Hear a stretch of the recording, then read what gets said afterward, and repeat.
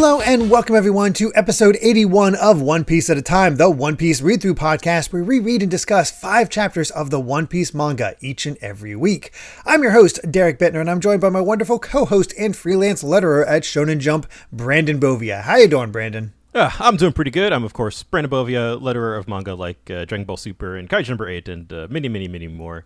Ready to, I guess, technically bring an official end to Water 7. Yeah, it's a wild thought because, obviously the arc is not over. This whole storyline isn't done, but our time on Water 7 is at an end. Technically, it's been at an end, but because we're arriving at a new transition island. phase. Yeah. That's usually what's considered the breaking point, and that's the end of this. We've finally arrived at Enies Lobby, and we'll be finishing up the storyline as we go through there. But we are far from done.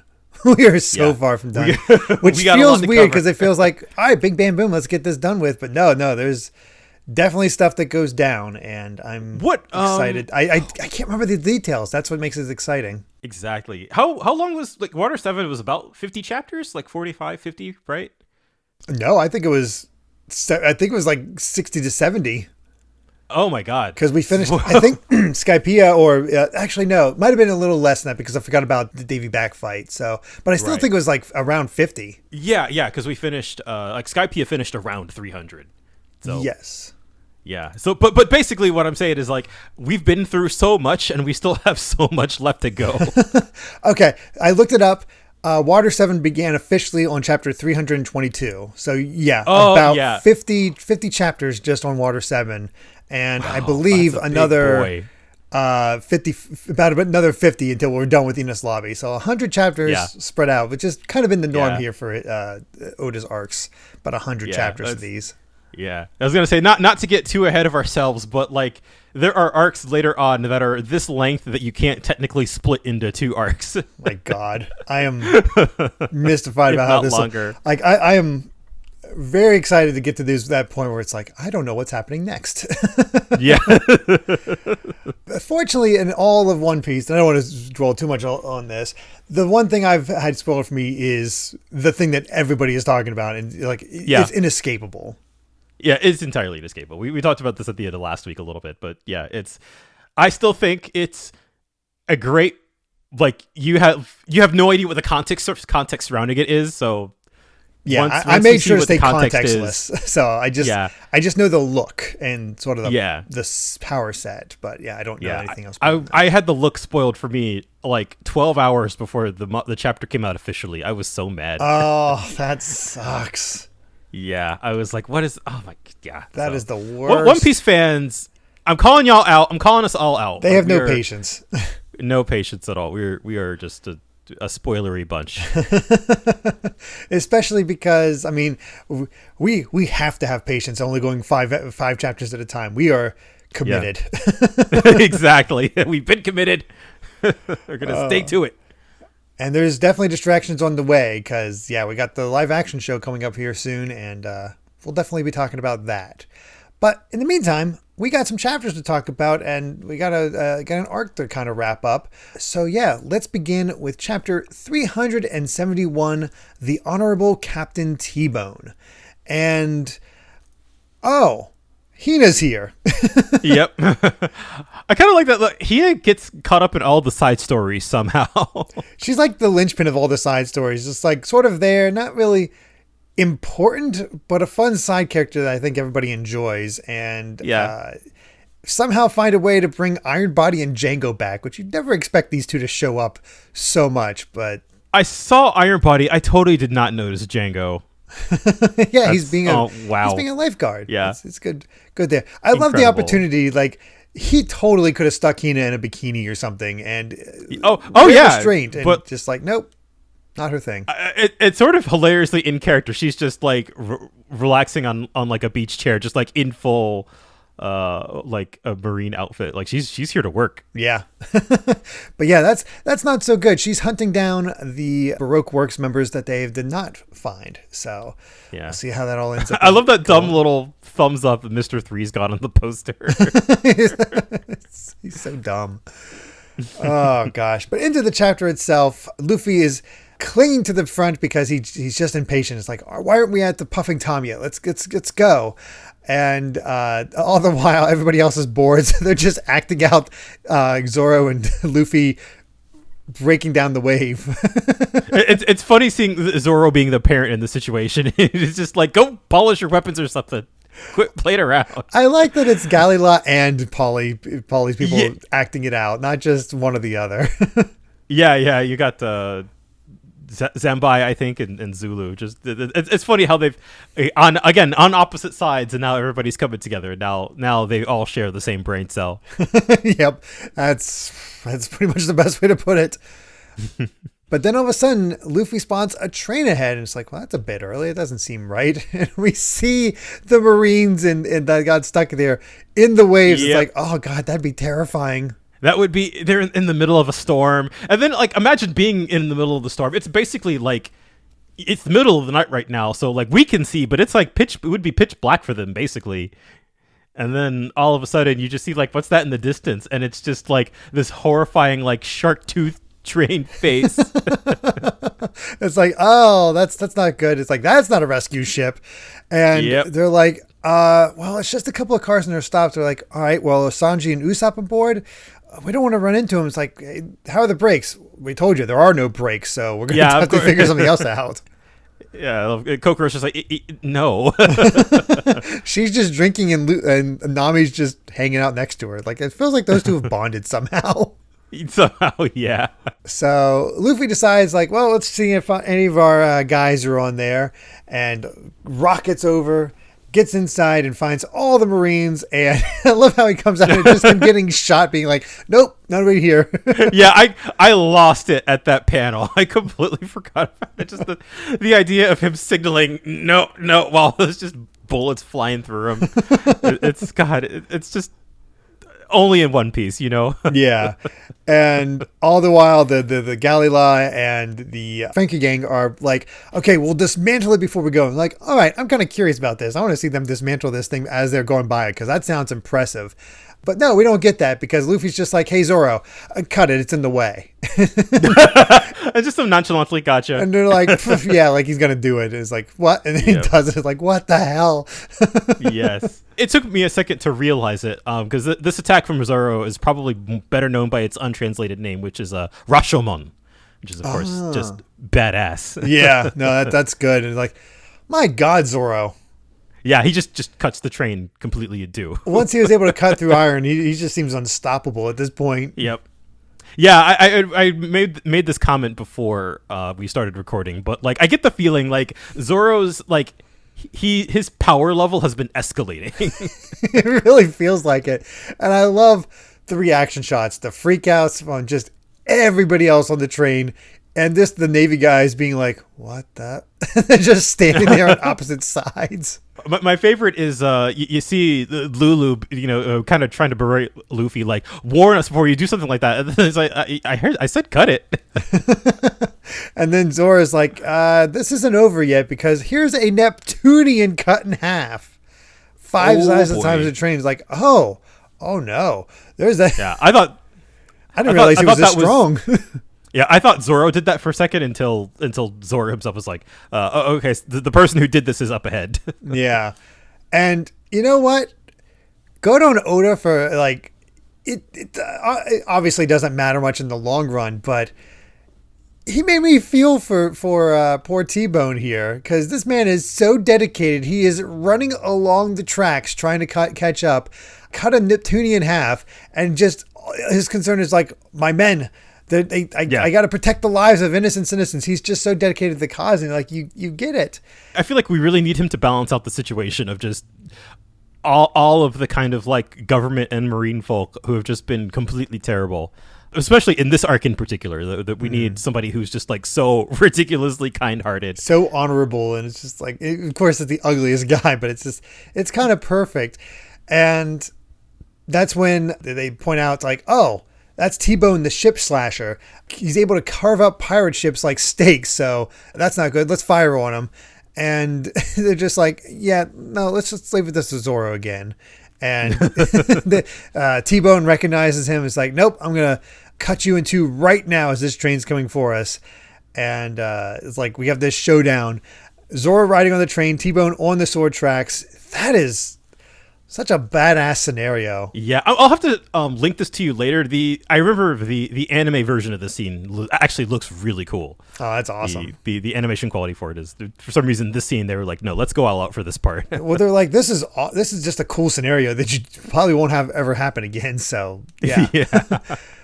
But yeah, we have Zoro's Bull Demon versus T-Bone's Bird of Prey, Courageous Talons, and nope. It did not work. Zoro cuts right through him, takes him out, and he's splashed into the water.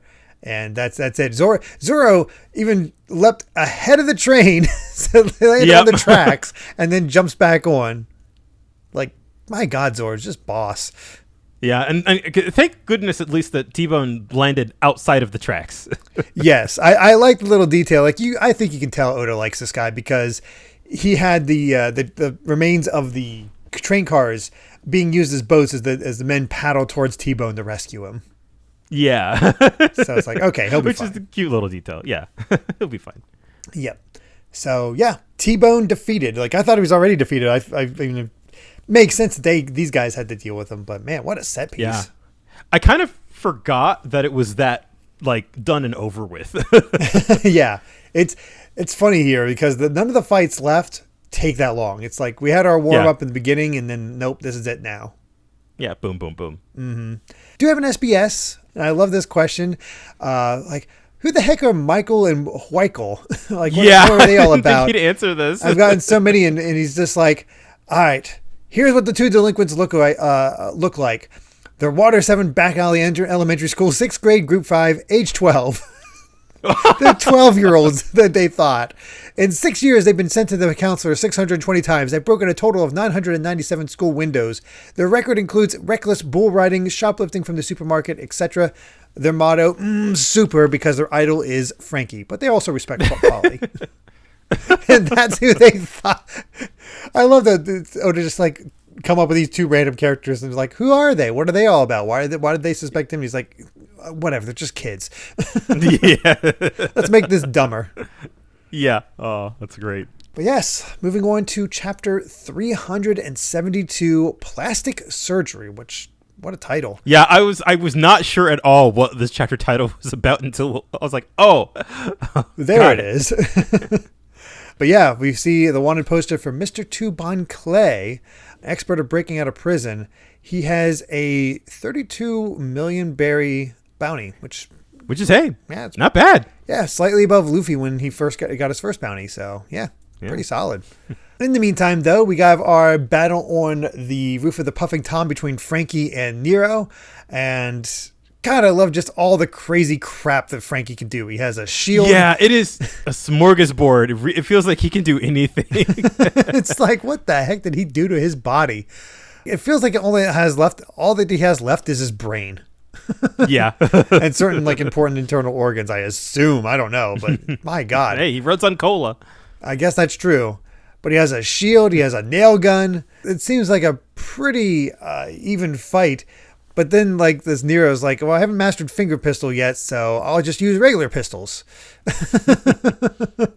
But hey, Nero gets the jump on Frankie, manages to get behind him and shoot him in the back, which, hey, we know now that's his weakness because, he wasn't able to do anything with that. Yep. And we even have the ouchie finger.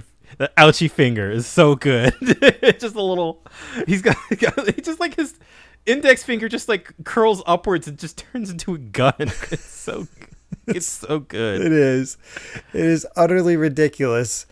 But yeah, Frankie's on the back foot now, and Nero's feeling confident. But Frankie has a plan, because now he's invincible if he lays on his back. Yeah. Talking about being on the back foot, taking that in stride. Mm-hmm. he gives it his own name, Frankie Invincible. Nero's like, I guess you could say that, yeah. Sure, I guess. And he's like, well, you're in bad luck because this week I'm feeling super duper. And have you heard of the monster called a centaur? It's like, yeah. Mm-hmm. Well, here, mutate. Yes. The front of his legs and hips come off. Move forward. and he becomes a backwards centaur. Yes. Funny little translation note about this, and I only know this because the anime went out of its way to point it out, so that when Frankie says mutate, the word that he uses is hentai. But not the hentai you're thinking of, but that's the hentai that Nero is thinking of. Oh God! It changed around the kanji. He basically changed the kanji so that it's a hentai that means more of like I'm changing my body, not the pervert kind of hentai. Right. Oh my God! It is. What a wild form is like, well, save your criticism until after you witnessed its power. But before that... Yeah. Oh, we don't see it. No, we don't see it yet because it's still Sanji versus Wanze. And, there's all kinds of noodles all over the place because it's just not working. Sanji has him completely... I just noticed all of the plates just filled up. There is so much noodles in that form, and it's still coming. But not really doing much for against Sanji, as even the noodle beam, or ramen beam. It looks like he blocks it with the knife. Do I have that right? I think you're correct. It seems like it's a little hard to tell, but or he just dodges into it and just cuts away all the armor. And he's like, talk about how he peels an onion. And Wanze's freaking out. It's like, oh no, I've been cut. He's like, oh wait, I wasn't? It's like, yeah, kitchen knives aren't swords, and I'm not going to cut you with them. So he's like, and then Wanze tries to throw the knives at Sanji, and then he just gets a kick to the face. And then he got the line that just killed me. My eyes will sink in. Let him. Let him. Yeah. I was like, oh, thank God. I know. Please. I was so happy about this. Wanze starts being really dumb about this and starts basically insulting Robin and saying about true nature. And as he's talking, Sanji's just kicking him repeatedly in the face. He's like, hey, you keep talking, I'm going to rearrange your skeleton. And Wanze doesn't know anybody. She's like, she's a twisted devil. And then we finally get the plastic surgery shot, which caved in his face. And it's like, oh, God, what did Sanji do to him? And he made him beautiful. Oh, no, he's hot. Kinda. You rearranged the eyes and teeth that I was so proud of. Which is... props to Sanji for being able to kick somebody's face in. Yeah. But then, Sanji's done with this fight because he's like, all right, you committed 3 crimes against me. First, you called yourself a cook in front of me. Second, you wasted food. And third, you insulted our crewmate.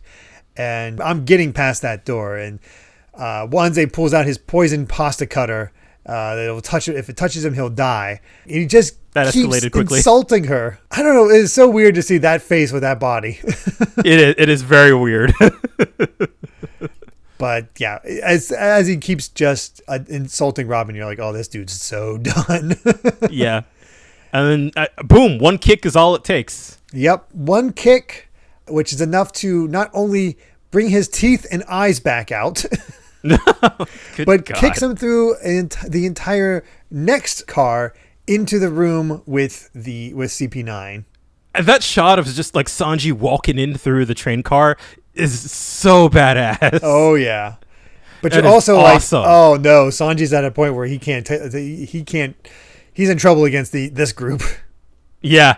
Oh dear. Fun, silly chapter. We get a little bit more with Frankie, and we get this just a conclusion of Sanji's fight. It's just ends in the most ridiculous way possible. You'll love to see it. Ridiculous but satisfying.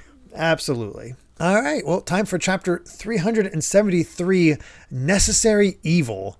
And back with our traditional Japanese look, though, man, we don't even have Sniper King or Robin this time around. Yeah, man, what happened to the crew? I know, just down to, almost say the original 5, but we don't have Usopp at all. I don't know where he's at, but we do have Chopper filling in. Honestly, it's a cool look. Yeah, no foreshadowing in this one, unlike the last one. No. Like it's an eel on their shirt. No dragons. Yep. As far as I know, anyway. Somebody else might know it is. I don't know. But back into the chapter itself, the fight with Frankie and Nero is not going well for Frankie. He's just continually getting shot. The centaur legs don't seem to be doing the trick. And even worse when he actually starts slipping off the train and about to fall. Nero goes over to taunt him and he's like, gotcha. He just flips himself over and locks his limbs. what I love about Frankie is that he fights dirty. Yeah, like you really get the sense he's a gangster. You don't think about it too often, but yeah, he is a dirty fighter, and you never know what tricks he has up his sleeve because of his cyborg nature. Yep. It's pretty great. He's just a back alley brawler.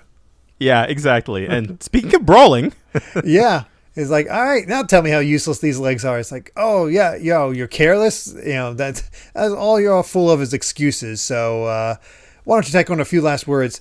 It's like, oh, you think there's more fight left, huh? Yeah, right. You don't understand how strong I am. And just clocks him with that ultimate hammer, and bam! What a shot! What an end! Holy crap! Just sends him straight through the roof of the train, knocks out Nero.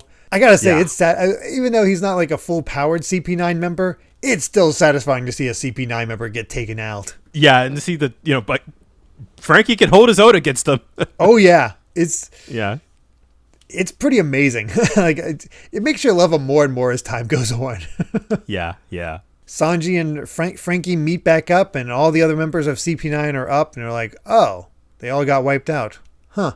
Not that we expected much. Like they're not, they're nonplussed completely. They're completely, they're not worried about it. It's whatever. Lucci's just like, all right, who's this guy? Oh, looks like he's the new member. He only has 4 powers and whatnot. And Nero's trying to stand up to take him on. Is like, hey, I can get this. And Lucci's like, no. Gives him a countdown and just. Well, I love that, like once Nero realizes like, oh, he's about to kill me.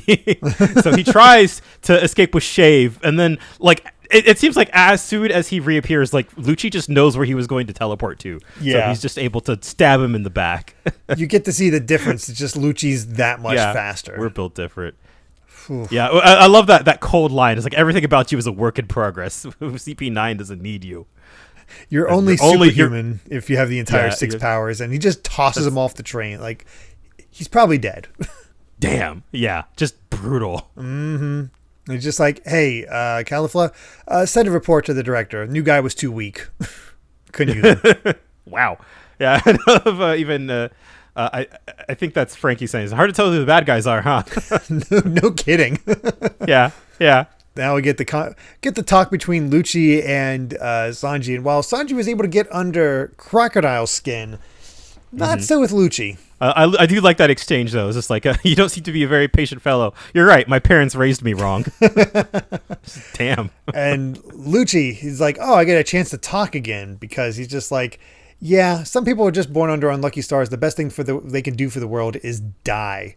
And just sort of talks about this. It's like, if there's a demonic power capable of burning the world to ashes, and the only way we could awaken it was an innocent little 8-year-old girl, shouldn't that girl should be killed for the sake of humanity? It's like, oh no, he is completely messed up. Yeah. The way that, he just sort of drives it home, like the only way that she can make people happy is by disappearing. That is her burden to bear. Mm-hmm. That her very existence is a crime, which just really, like, they've been building so much up to it that you just like, what is so bad? Yeah. What happened with her? Okay, she can read it. That's the only threat, is that fact that she can read the poneglyphs, and that is that much of a threat. Yeah. And just been branded her entire life, and it's just so sad. But of course, this upsets Sanji, and he tries to attack, and no, that doesn't matter to Lucci. He just takes the opportunity to just like, yeah, the government, before she dies, the government will spend years wringing out all of her knowledge, experience, and intelligence. The agony from now until the end will just, be unimaginable, and that's definitely gets under Sanji's skin. And hey, speak of the devil. Yeah, here comes Robin and Sniper King trying to hold her back. It's like, hey, we need to escape.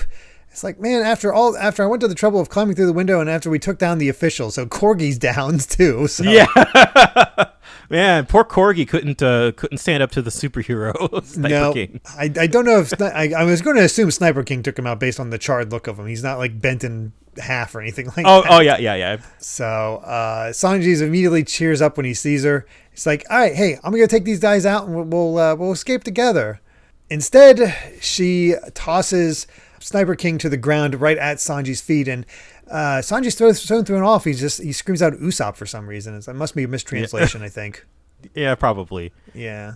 But even like I feel Robin is just like so done at this point of just like trying to leave. It's just like, you will not understand unless I spell it out for you, will you?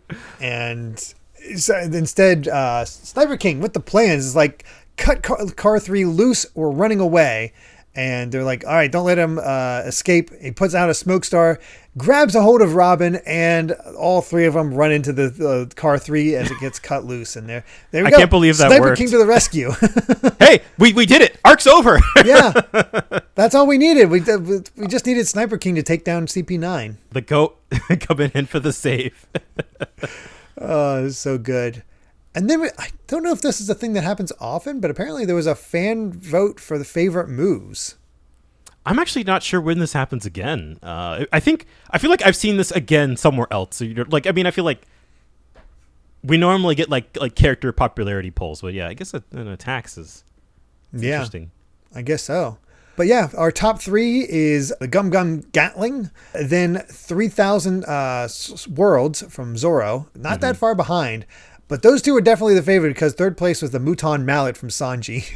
Yeah, with the gap of a little over 2,000. Yeah, which makes sense to me considering Sanji's like just calls out moves like crazy. Yeah, that's the thing for me with like Sanji's attacks up to this point is like they're all just kicks. Yeah, they're just kicks. Like, There's not really a signature move that he has. Yeah, I feel like I can't differentiate them. Like they're all just kicks. Yeah, makes sense. I'm trying to remember which one 3,000 Worlds where it was. It looks like it was the one he tried to use against Mihawk. Mihawk. Yeah. It's that one.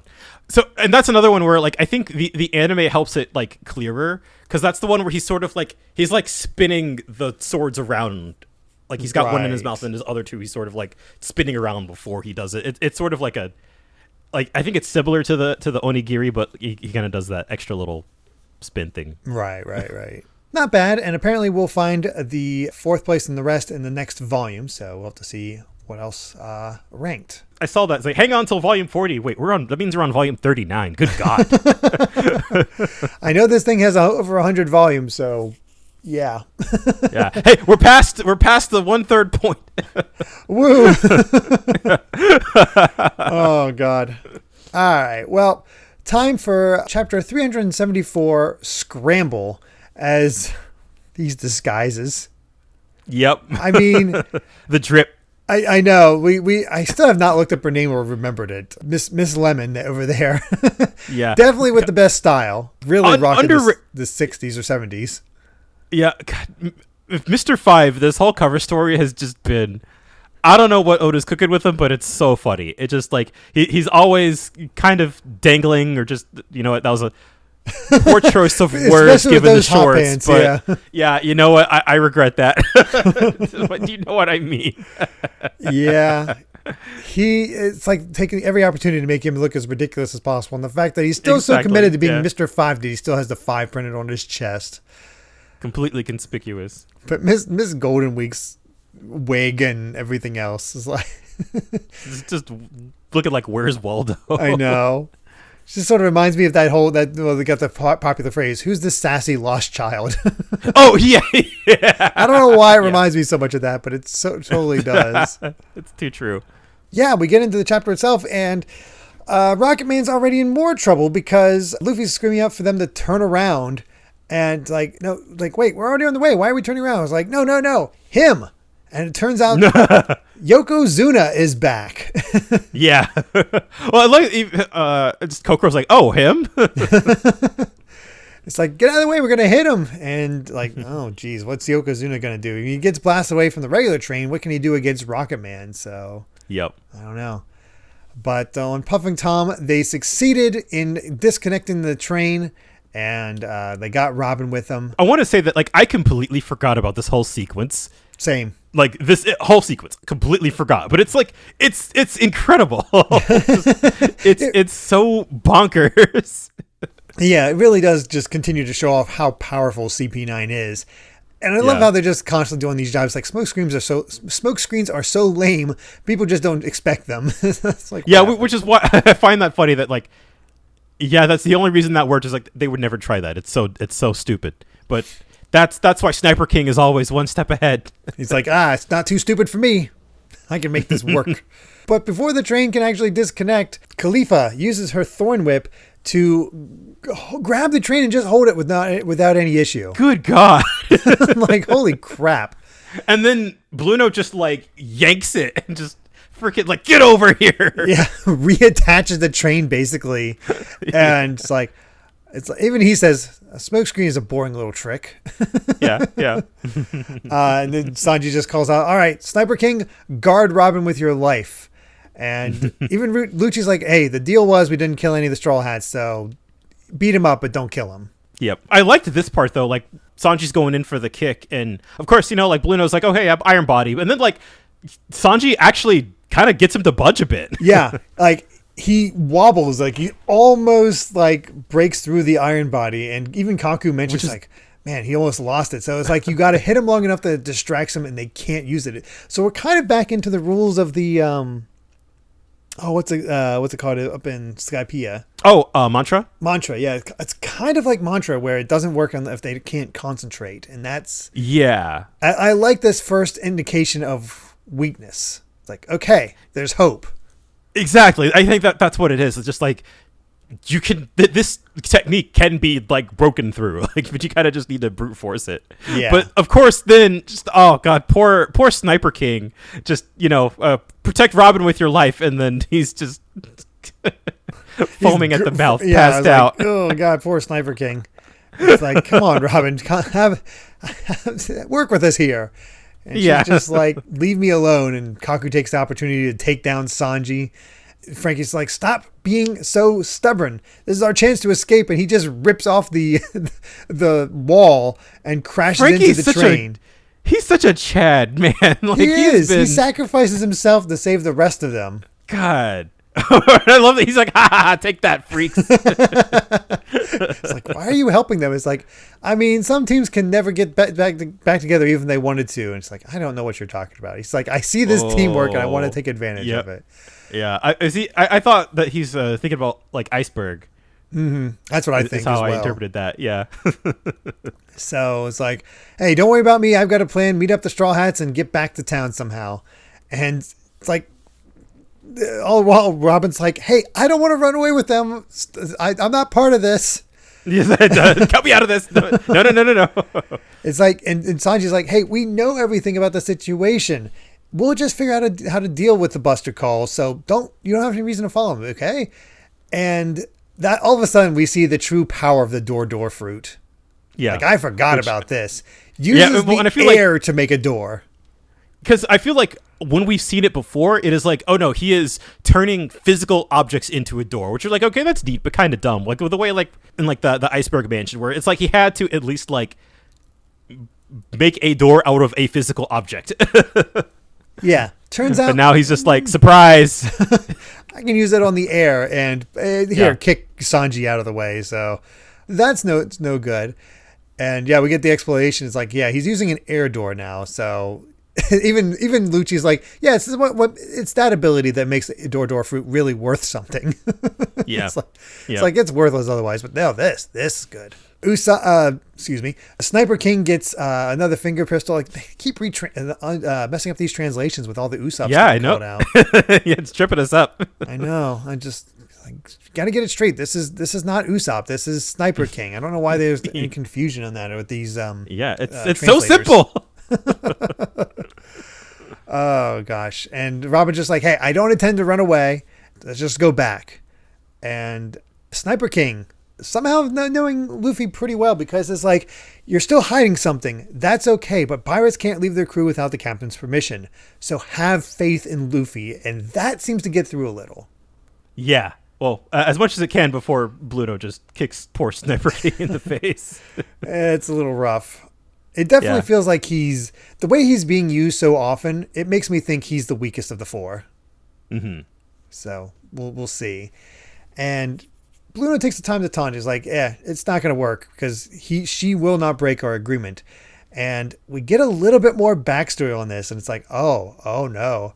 So there was a incident where the Navy initiated an actual buster call and a certain island was burned to ash so that not even a trace remained. And the only survivor was Robin. Damn.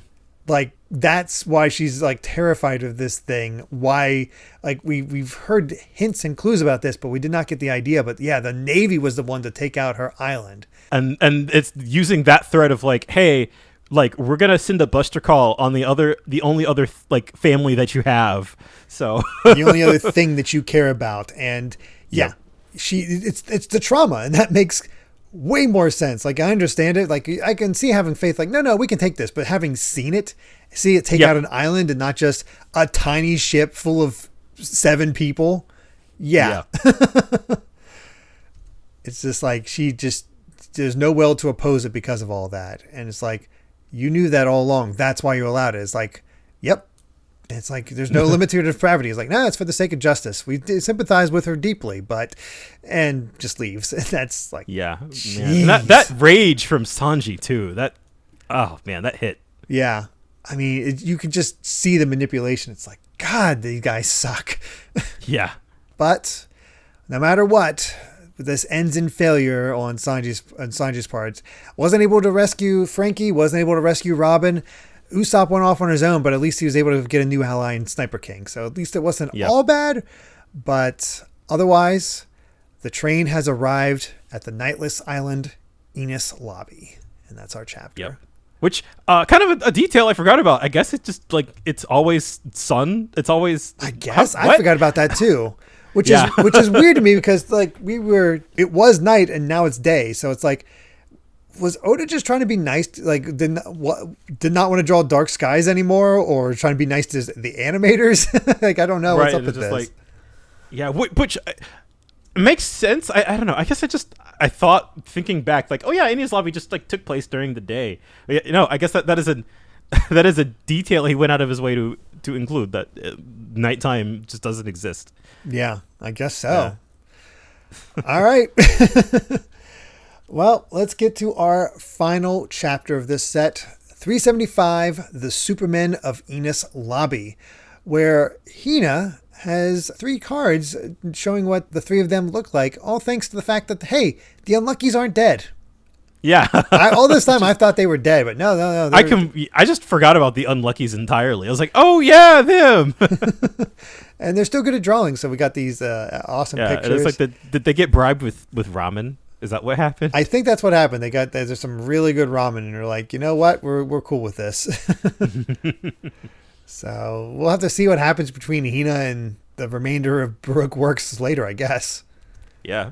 In the meantime, we get a little conversation between Frankie and Robin, where Frankie learns that Iceberg is alive and is extremely grateful for it. Oh, there's just like, oh, thank goodness. Although it's interesting, Robin points out, like, CP9 may think that they have killed him. I'd keep quiet about that. The fact that she's kind of, I don't know, she's wary of that. And still helping him. Yeah, exactly. Like still kind of helpful. Like, you know, like, hey, yeah. Even Frankie's like, isn't that what people call being nice?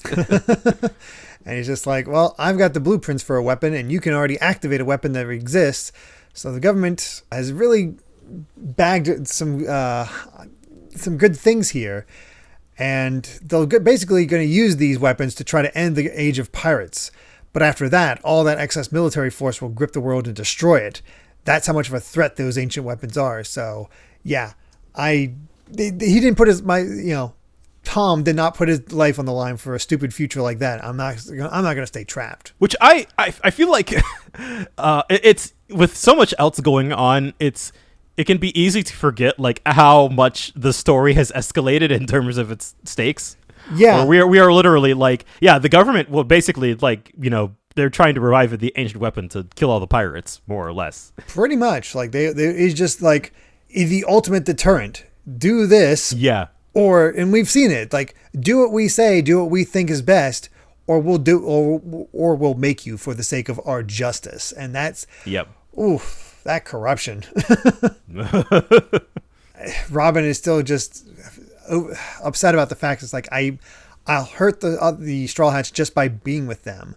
And Frankie, with some excellent motivation here, it's like, you're not the one who will be hurting them, right? The government people call your existence a crime, but no matter what weapon you've got, just being isn't a crime. Existing is not a crime. God, thinking back to, flashing back to Tom and just oh man, that speech being so just like informed by his backstory and Frankie's own experiences, because that was also what he felt, was that like he wanted to reject the existence of his creations. Yeah, and that's so interesting to take it from ships to people. That just just being is not a crime. It's your actions that matter. How they're used is what determines the crime. But just being there is not a crime. Yep. I feel like this is almost the thesis of this arc. Yeah. No. Absolutely. It's just it's really what it all comes down to, because we've had everything, with Frankie's backstory, we've had stuff with Usopp's backstory, but as we continue on and all that other stuff has finally come to more or less resolutions, not fully, of course, but more or less in the background now that Robin is fully here. This has all like completely been her arc, nearly from the beginning. Like definitely some other things going on, but it's absolutely her arc. But meanwhile, as they just do have some conversations, turns out Yokozuna was pretty effective. He knocked them off the tracks. Yeah, we don't see it, but yeah, it's funny. We're kind of catching up like in the midst of the chaos. It's like it feels like we needed this sort of thing to happen, but we didn't want to have to draw it and waste time with it. We can just show the aftermath. Yeah, I think that's fair. But the core Frankie family, or the majority of Frankie family, got knocked off because the Sodom and Gomorrah lost their grip. Yep. But they're just following the tracks. And then they found another severed car, and it's like, okay, let's check this one and see what's going on here. Meanwhile, even though Yokozuna had knocked off the Rocket Man, he's still clinging on. Yep. Having a little argument with Luffy. He's just like, don't ribbit me. I'm going to eat you, you jerk. How dare you do that to us? And it's like, okay, what are we going to do now? And Kokoro's like, well, I'm doing my best to try to find it, but I can't seem to get out of this weird sea current. And Nami's like, hey, tell me where you're going. Like, where's the eternal pose? All that stuff. Cool. We'll be fine. You steer, listen to my directions, because I'm a navigator. And that's just like, oh, cool. Yeah. Seeing them kind of work together for this is kind of it's a cool idea. Mm-hmm. I like seeing all these groups come together like this. It's just, I don't know. Yeah. It's kind of fun to just see these weirdos make it work. If that isn't One Piece, I don't know what is.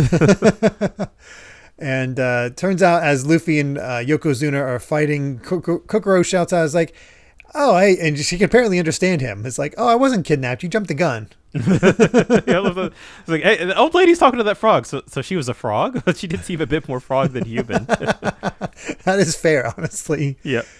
Good God. And she just breaks down his story. It's like, after that incident 8 years ago when Tom was taken away, you kept challenging the sea train to fights day after day because you wanted to get stronger, so that you'd never have to lose someone you really loved before your eyes, so you could protect those people. Well, in that case, Frankie was taken. And this ship is heading to help him.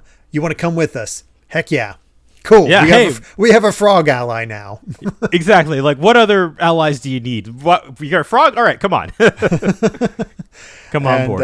All the while, Nami found a good current, heads towards it, and we're off again with Yokozuna and Luffy at the front, ready to go rescue. And then we get actually to Enies Lobby with the train with CP9, and the first thing Frankie does is bite a guy's head. It's so I love the line one panel lower. He's like, "Look out! This guy bites." He's just threatening all of them. It's amazing. Frankie really is the best. He's kind of MVP of this arc in much the same way as as far as like that new character that's like surprises you and just you have so much fun with. Kind of like Wiper in the last one. Yeah, for sure. Very different feel than Wiper, but still just fun. Everybody's looking. It's like, oh, it's Nico Robin, the one they've been after for 20 years. Oh crap, she's hot. Yeah. Then we get to see Enies Lobby itself, and it is wild. For one, yep, it seems almost to be a floating island hanging over like a ton of waterfalls that are in a circle. Two, this might be memory when you're just extrapolating. I can't honestly remember, but I think we immediately see the Gates of Justice, even though they don't break it up, because we can see clearly in the fog in the background the Navy symbol. And yeah. if you look, and I it's only massive. just noticed, and I only just noticed this, but there seems to be a crease in the center. I'm like, oh crap, I think that's the gate. Yeah. That's was that Nami, I think, who explained that way back? Yes.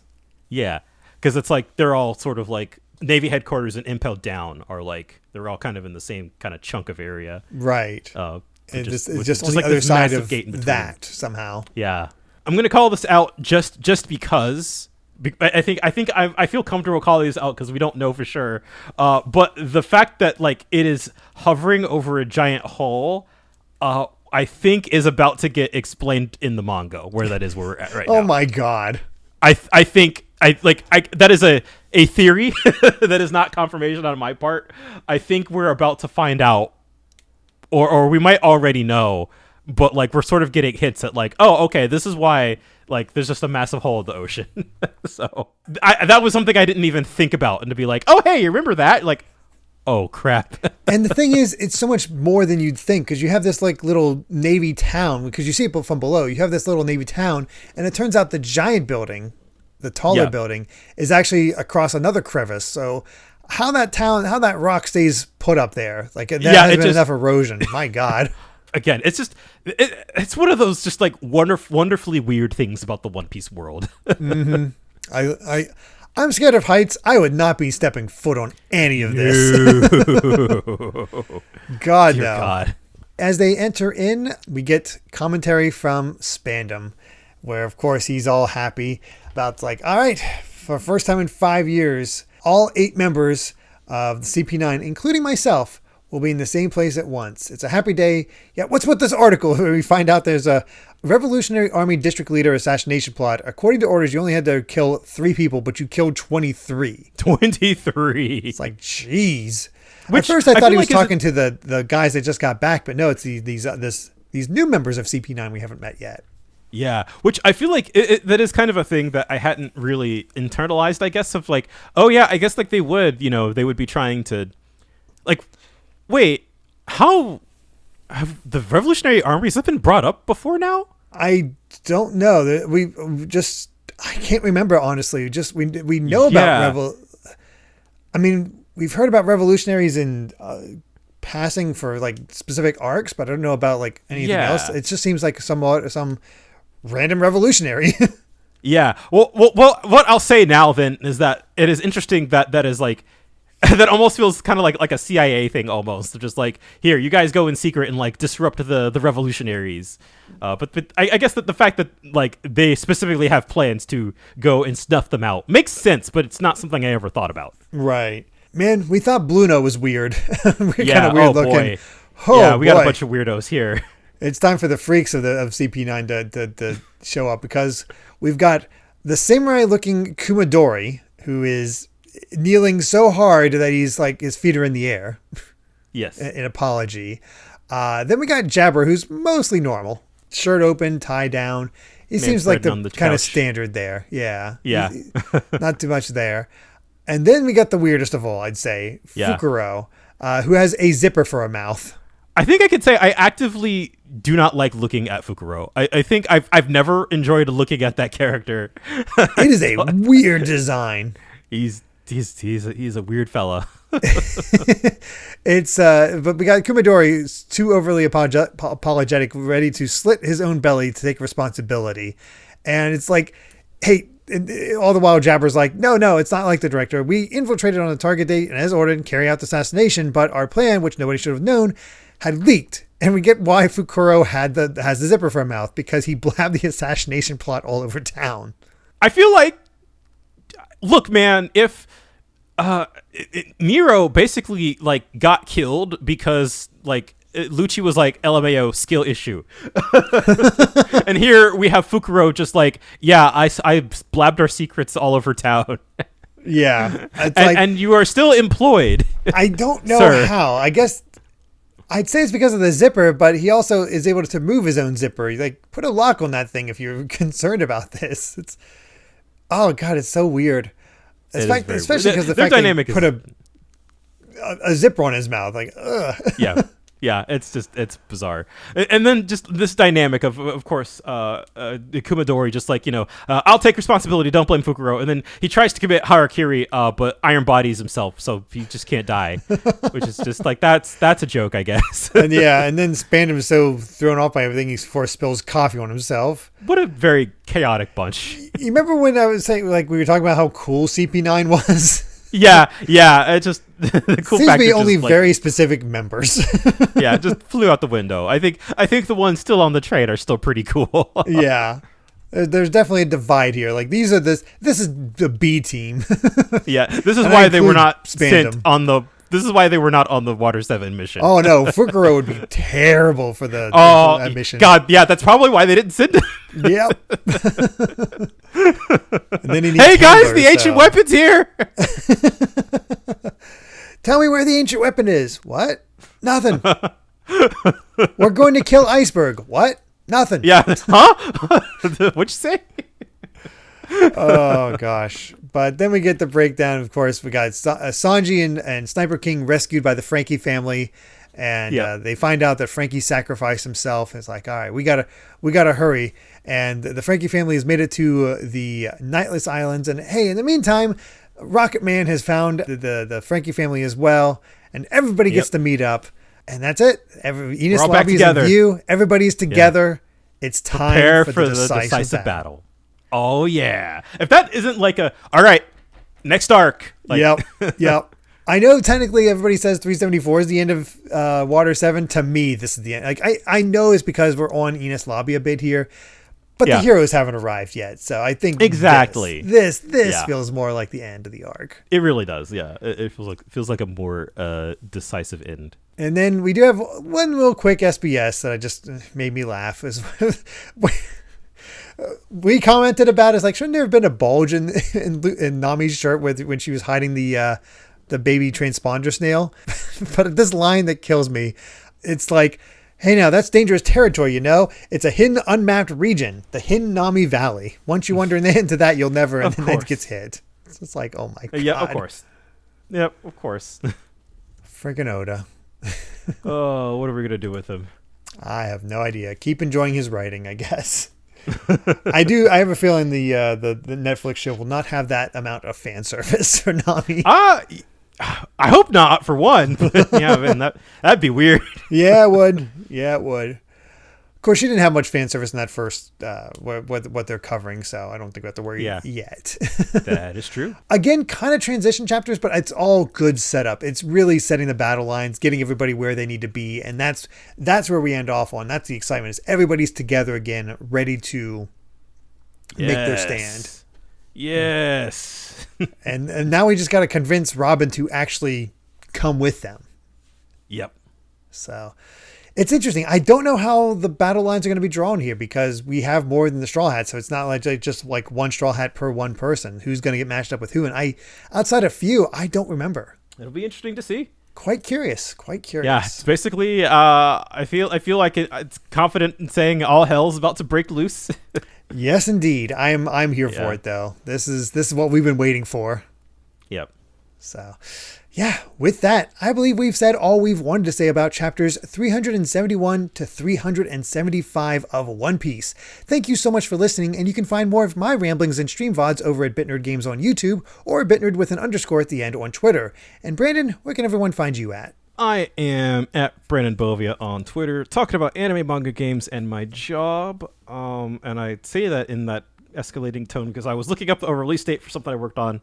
It's not out yet. I thought it was out, but so I'll just continue to keep my mouth shut. But always be on the lookout for things that I worked on. Because they're good and I enjoy it. I do too. So definitely keep an eye out for those. And hey, if you'd like to help us out more, you can support the podcast over at patreon.com/Derek Bittner. That's DERRICKBITNER to listen to the next episode ad-free 3 days early. And make sure to return next time as we discuss chapters 376 to 380 of One Piece. So until then, my friends, bye. Remember to take life one piece at a time.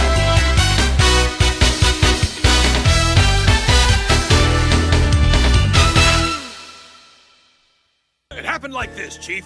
We followed the plan to the letter. We infiltrated their forces and were all ready for the assassination. But somehow the enemy managed to find out about our plans. Probably because I was talking about them all over town, Cha-pa-pa! You again? What's wrong with you? And what's the point of having a zipper on your mouth if you don't even use a damn thing?